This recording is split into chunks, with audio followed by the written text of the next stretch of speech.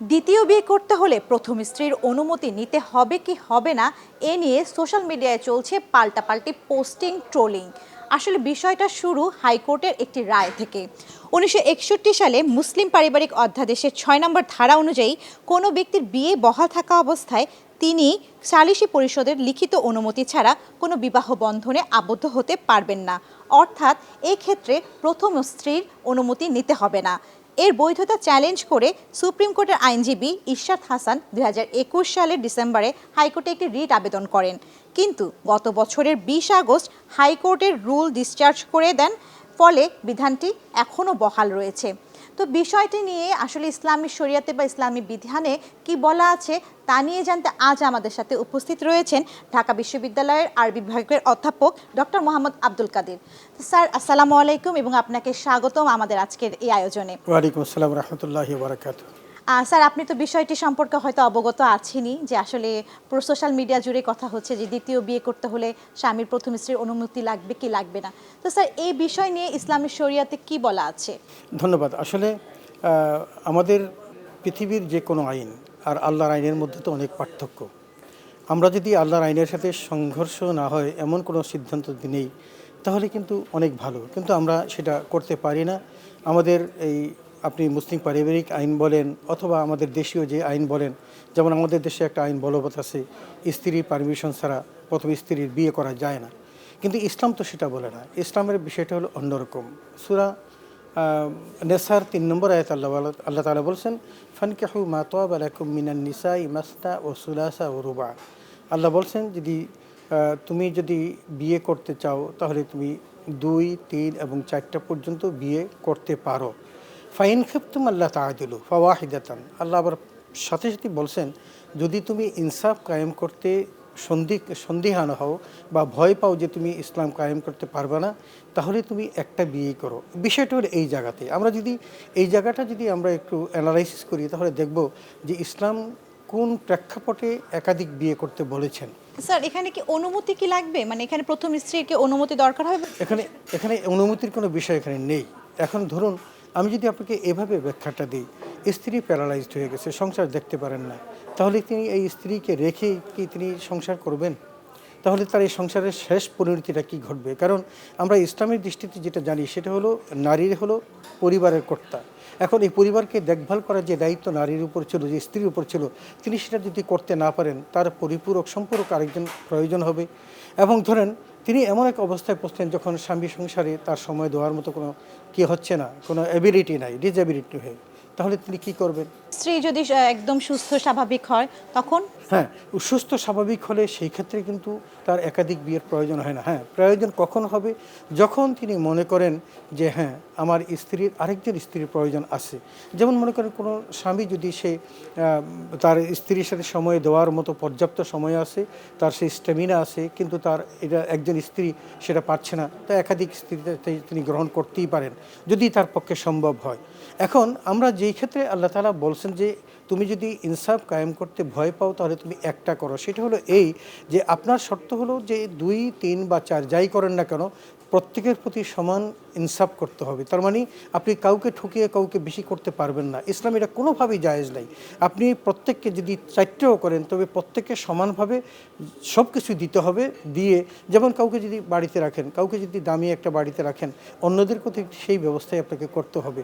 আপনি একজনকে পুরো ঘরে রাখবেন, আরেকজনকে রাজপ্রাসাদে রাখবেন, এটা কোনোভাবেই ইসলাম সম্মত নয়। এই জন্য ইনসাফের কথাটা বারবার বলা হচ্ছে।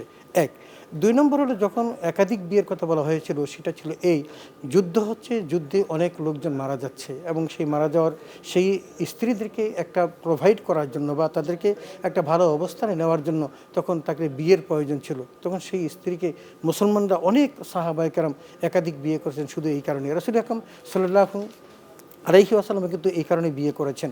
তাহলে আমরা সেই প্রেক্ষাপটটা কেন দেখব না যে একটা নারীকে যদি তাকে বিয়ে করলে সে কি আছেন, তিনি এমন এক অবস্থার মধ্যে আছেন যে তিনি তার স্বস্তি পাচ্ছেন না, অথবা তিনি কি তার জীবন সন্ধিক্ষণে একটু কষ্টে আছেন অথবা তিনি কোনো ভয় পাচ্ছেন, তাহলে ওই মানুষটাকে যদি আপনি আশ্রয় দিয়ে তাকে বিয়ে করে যদি তাকে ভালো রাখতে পারেন, এটা হবে না কেন? হতেই পারে।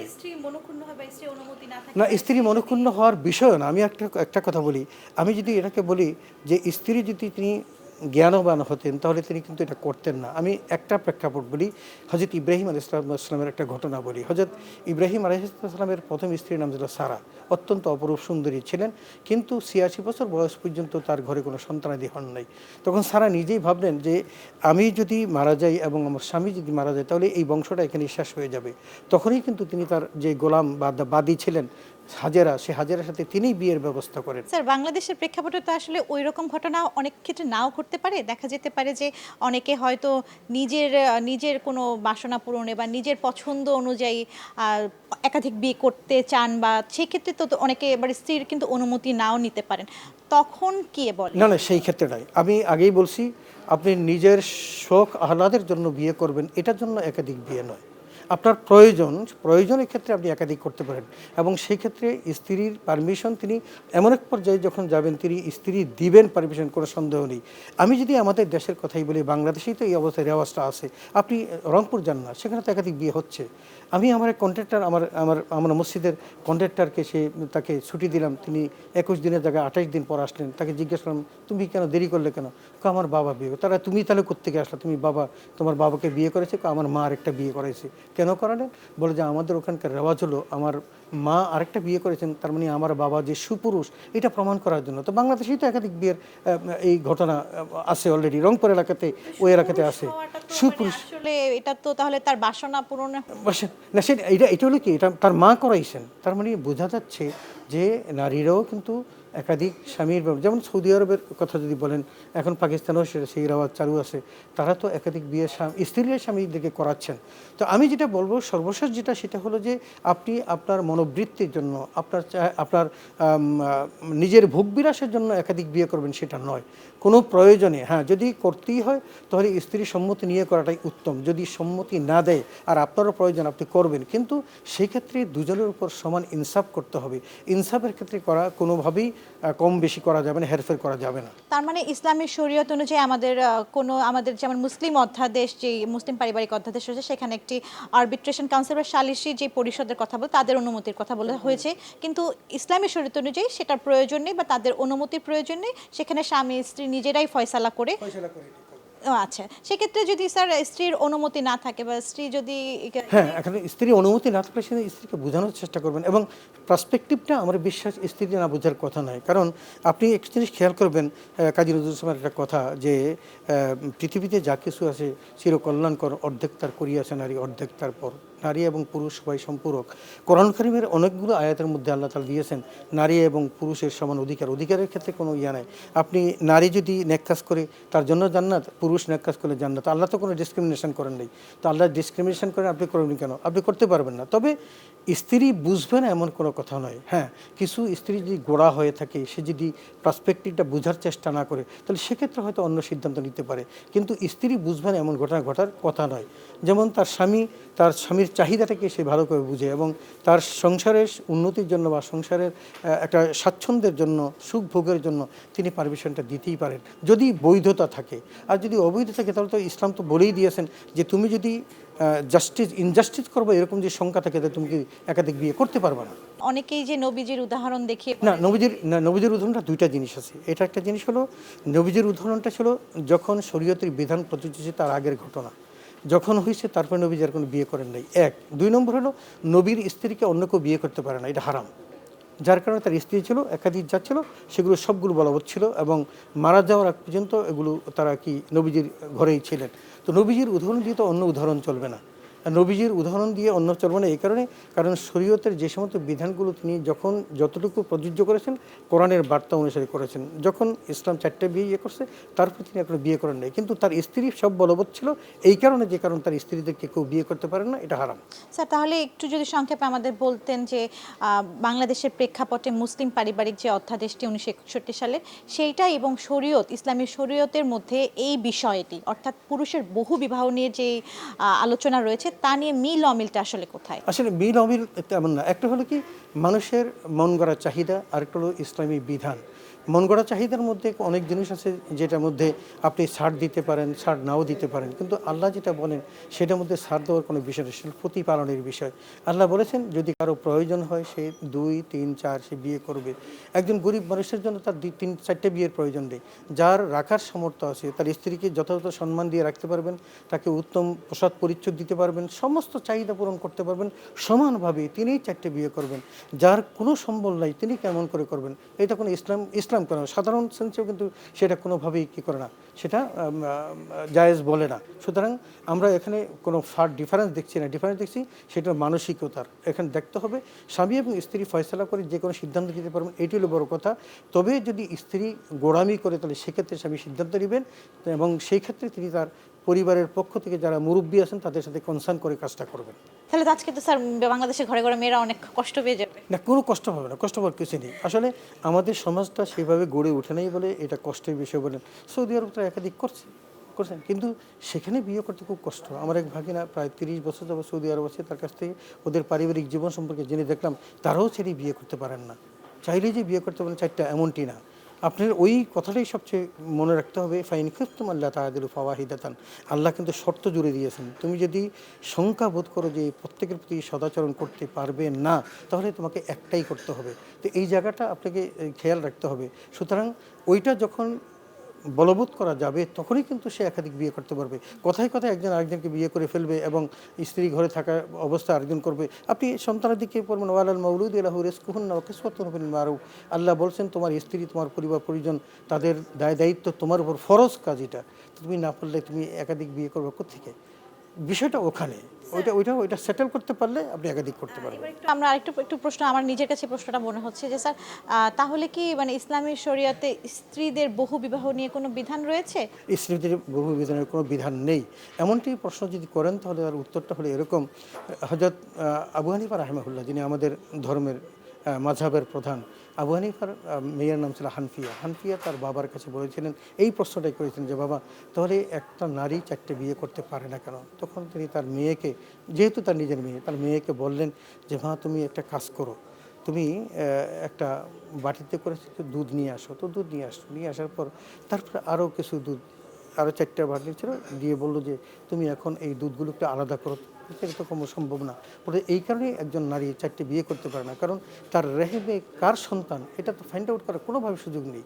এই জন্য একজন স্ত্রীকে একটা বিয়ে করতে হবে, কিন্তু স্বামী একাধিক করতে পারবেন। কারণ তার স্বামীর যেহেতু সন্তান, এটা এটা এমনিতে বোঝা যাচ্ছে, সুতরাং সেক্ষেত্রে স্বামীর কোনো অসুবিধা নেই, কিন্তু স্ত্রীরা পারেন না। স্যার অনেক ক্ষেত্রে দেখা যায় যে অনেকে স্বামী দেখা যায় যে অনেক কম বয়সে বা অল্প বয়সে অঙ্গ প্রত্যঙ্গ সমস্যা হয়ে থাকে, অ্যাক্সিডেন্ট করে থাকে, কিংবা অনেক ধরনের ঘটনা, কিন্তু দুর্ঘটনা ঘটতেই পারে স্বামীর সাথে। স্বামী হয়তো বিছানায় পড়ে থাকতে পারে, সেক্ষেত্রে তো স্ত্রী তার যে প্রাপ্য হক, সেই হক থেকে তো স্যার বঞ্চিত। সেই ক্ষেত্রে কি সে একাধিক বিয়ে করতে? না, শরীয়তে এরকম পাই নাই যে এই অবস্থায় তিনি পারেন। সেই ক্ষেত্রে একটা জিনিসই আছে, সেটা হলো যে পারিবারিক সম্মতিতে, পারিবারিক বলতে এই সমস্ত ক্ষেত্রে কী হবে, স্বামীর এবং স্ত্রীর উভয়ের মুরব্বীরা বসে একটা ডিসিশন নিয়ে সিদ্ধান্ত নেওয়া যায়। সেই ক্ষেত্রে ওইটা হলো তালাকের ব্যাপার। যখন সে তালাক নিয়ে তার অন্যখানে বিয়ে বসতে হবে, এই ঘরে থেকে আরেকটা বিয়ে তিনি করতে পারবেন না। এটা শরীয়তের মাসালা। আপনি যদি করতে হয় তাহলে স্বামীর পক্ষ থেকে, স্ত্রীর পক্ষ থেকে, দুই পক্ষ থেকে মুরব্বী থাকবে, তারা বসে ফয়সালা করবে, তাকে বোঝাবে, তারপর সে দেন সেপারেট হবে। সেপারেট হওয়ার পর তারপরে তারা আবার বিয়ে করতে পারবে। হাইকোর্টের এই রায়টি বহাল হওয়ার পরে আমাদের দেশের অনেক স্ত্রীরাই দেখা যাচ্ছে মনক্ষুণ্ণ হচ্ছে, আবার অনেক পুরুষেরাই অনেক খুশি হচ্ছেন। আসলে আমি এখানে খুশি হওয়ার মনক্ষুণ্ণ হওয়ার কোনো বিষয় দেখি না। আমি আগেই কথা বলেছিলাম যে খুশি হওয়ার বিষয় এই জন্য নাই, কারণ কয়জন পুরুষের আছে তার সমান অধিকার সংরক্ষণ করতে পারেন, এটা হলো বড় কথা। সেটা যদি না পারেন তাহলে কিন্তু তার এটা গলার কাটা হয়ে দাঁড়াবে, কারণ আপনি এই বিয়ের কারণে জাহান্নামেও যেতে পারেন। তাহলে আপনি কেন এরকম একটা কাজ করবেন? আর স্ত্রীদের নাকচ করার কোনো কিছুই নেই, কারণ যদি আমাদের দেশে সেই প্র্যাকটিসটা থাকতো যে স্ত্রীরা স্বাচ্ছন্দ্যে থাকবে, প্রত্যেকের উপর জাস্টিস করা হবে এবং প্রত্যেকের সমান অধিকার তারা ভোগ করবেন, সেই ক্ষেত্রে তারা নিজেরাই স্বতঃস্ফূর্ত হবে, যেমনটি বিভিন্ন মুসলিম কান্ট্রিতে আছে তারা করতেন। এটা আমাদের দেশে চালু হয়, তাহলে আমাদের দেশেও নারীরা কিন্তু সেটা করবেন আমার বিশ্বাস। আমি যদি ওই কথাটাই বলি, হযরত সারা যদি সেদিন রাজি না হতেন, তাহলে রাসূল আকরাম সাল্লাল্লাহু আলাইহি ওয়াসাল্লামের মতো এমন ব্যক্তিত্ব পৃথিবীতে আসতেন না। কারণ সারা যখন হাজেরের সাথে বিয়ের ব্যবস্থা করলেন, সেই হাজেরের গর্ভেই কিন্তু হযরত ইসমাঈল জন্মগ্রহণ করলেন এবং সেই তার বংশ থেকেই রাসূল আকরাম সাল্লাল্লাহু আলাইহি ওয়াসাল্লাম পৃথিবীতে এসেছেন। তো কোনটার মধ্যে কল্যাণ আছে সেটা আমার আল্লাহ তাআলা জানেন। সুতরাং আমরা কল্যাণের দিকটা যদি দেখি এবং আমরা যদি ইনসাফ কায়েম করতে পারি, আমি সবসময় এটাই বলবো যে ইনসাফের জায়গাটা যদি স্বতঃস্ফূর্ত থাকে এবং সেটা যদি অবিচল থাকে, তাহলে আমাদের দেশের নারীরও খুশি হবেন যে তারা দুই বোনের মতো, তিন বোনের মতো তারা এক সংসারে থাকবেন। এটা কিন্তু কঠিন কিছু না, এটা সহজ বার্তা। যদি প্র্যাকটিস থাকে, আমাদের দেশে প্র্যাকটিস না থাকার কারণে কোনো ফ্যামিলিতে দেখবেন, আমি যদি আমার এক মামার কথাই বলি, হাজার হাজার কোটি টাকার মালিক, তিনি আরেকটা বিয়ে করেছিলেন, সংসার জীবন তার জন্য নরক হয়ে গিয়েছিল, শেষ পর্যন্ত সেটা টিকাতে পারেন নাই। তার মতো লোক যিনি জার্মান গেলে একজনকে নিয়ে যেতেন পরামর্শ করে, আবার ইংল্যান্ড গেলে আরেকজন নিয়ে যেতেন, তার ব্যবসা বাণিজ্য বিভিন্ন দেশে আছে, এত সব কিছু করার পরও, কারণ আমাদের দেশে এই প্র্যাকটিসটা নাই, এই জন্য আমাদের দেশে এই সমস্যা হচ্ছে। যদি প্র্যাকটিস থাকতো তাহলে কিন্তু এই সমস্যাটা হওয়ার কথা ছিল না। স্যার, আপনাকে অসংখ্য ধন্যবাদ আমাদেরকে সময় দেওয়ার জন্য এবং এই বিষয়টি নিয়ে ইসলামী শরীয়তে কি বলা আছে তা জানানোর জন্য। ধন্যবাদ আপনাকে, ধন্যবাদ দেশ টিভির সকল কলাকুশলীকে।